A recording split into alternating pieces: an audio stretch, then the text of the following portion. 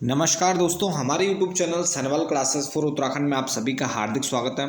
दोस्तों, ये हमारी उत्तराखंड की परीक्षा वाणी सीरीज है और इस सीरीज में हम जो हमारे उत्तराखंड परीक्षा वाणी पुस्तक है तो उसमें जितने भी अध्याय हैं तो सभी का विषयवार अध्ययन कर रहे हैं।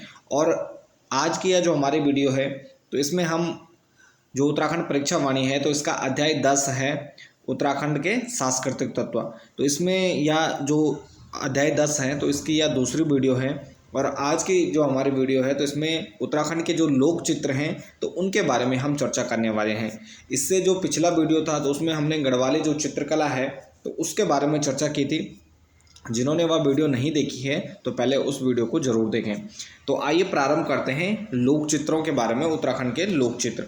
तो यहाँ पर चित्रकला गढ़वाल शैली के अलावा मांगलिक अवसरों पर यहाँ पर विभिन्न प्रकार के लोक चित्र बनाने की परंपरा रही है।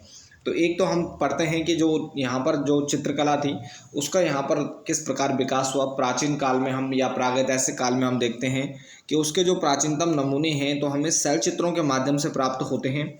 उसके बाद यहाँ पर चित्रकला के अलावा यहाँ पर मांगलिक अवसरों पर विभिन्न प्रकार के चित्र बनाने की परंपरा रही है। तो इन्हीं को यहाँ पर विभिन्न नामों से जाना जाता है, जिसमें ऐपण या छिपण है, ज्योति मातृका है, प्रकीर्ण है, पौ है, डिकारे और पट। तो आदि प्रकार के यहाँ पर लोक चित्र बनाए जाते हैं। और मुख्यतः ये जो लोक चित्र हैं तो ये मांगलिक अवसरों या शुभ कार्यों में बनाए जाने की यहाँ पर उत्तराखंड में परंपरा रही है। तो सबसे पहले ऐपण या छिपण की बात करें तो इसको यहाँ पर चौक, रंगोली और अल्पना अन्य नामों से भी जाना जाता है। तो विभिन्न इसके नाम हैं, ऐपण, छिपण, चौक, रंगोली और अल्पना, विभिन्न नामों से उत्तराखंड में इसको जाना जाता है। और इसके तात्पर्य की बात करें तो ऐपण क्या होता है, तो लीपने या सजावट करने से यहाँ पर ऐपण का तात्पर्य लगाया जा सकता है। और जो ऐपण है तो इसमें मुख्यतः मांगलिक या धार्मिक अवसर यानी जब शुभ कार्य होते हैं तो उसमें ऐपण या छिपण या जो चौक, रंगोली या अल्पना बनाया जाता है। तो यह मुख्यतः देहरी या आंगन में यह चित्र बनाया जाता है, इसमें चित्र बनाए जाते हैं। और जो यह चित्र बनाए जाते हैं तो मुख्यतः देहरी या आंगन में बनाए जाते हैं। और यह चित्र बिश्वार यानी जो चावल के आटे का घोल होता है, चावल को पीसकर उसका जो आटे का घोल बनाया जाता है और उसके साथ यहाँ पर लाल और सफ़ेद मिट्टी से यहाँ पर चित्रों को निर्मित किया जाता है।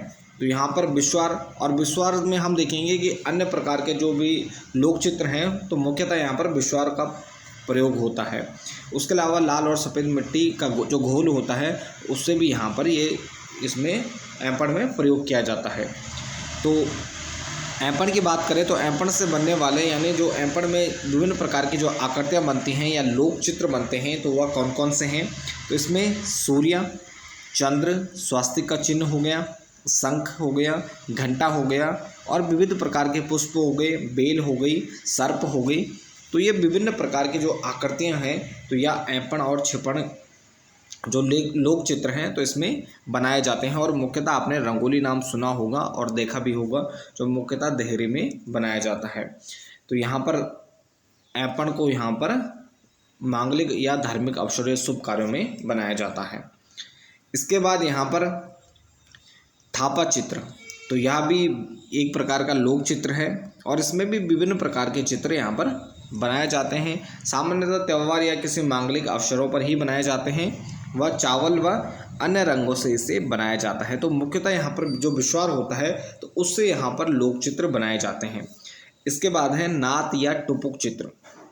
नात या टुपुक चित्र की बात करें तो विश्वार व गेरू की सहायता से यह चित्र बनाए जाते हैं। तो मुख्यतः विश्वार है और इसको जो नात या टुपुक चित्र होते हैं तो मुख्यतः रसोई घरों की दीवारों पर इनका अंकन किया जाता है या चित्रण किया जाता है। तो ये आपको ध्यान रखना है, नात या टुपुक चित्र मुख्यतः रसोई घर की दीवारों पर ही बनाए जाते हैं। इसके बाद है वसुधारा चित्र। वसुधारा चित्र की बात करें तो विशिष्ट अवसरों, वही त्यौहार और मांगलिक अवसरों पर मुख्यतः इनको बनाया जाता है। और इसमें जो वसुधारा चित्र हैं तो पूजा स्थल व देहरी पर मुख्यतः ये बनाए जाते हैं। और गेरू से लीप कर बिस्वार का जो पतला घोल होता है यानी चावल के आटे का जो घोल होता है तो वह डालकर उससे चित्र बनाए जाते हैं। तो गेरू और बिस्वार से यहाँ पर वसुधारा चित्र बनाए जाते हैं और पूजा स्थल व मुख्यतः देहरी पर ये बनाए जाते हैं।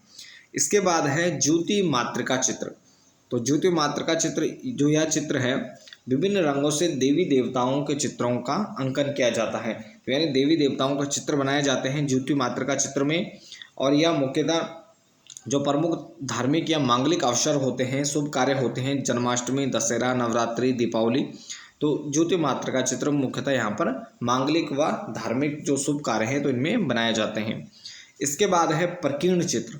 प्रकीर्ण चित्र की बात करें तो इसमें मुख्यतः जो प्रयोग होता है, रंगों का प्रयोग होता है, ब्रश व अंगुलियों से यहाँ पर प्रकीर्ण चित्र बनाए जाते हैं।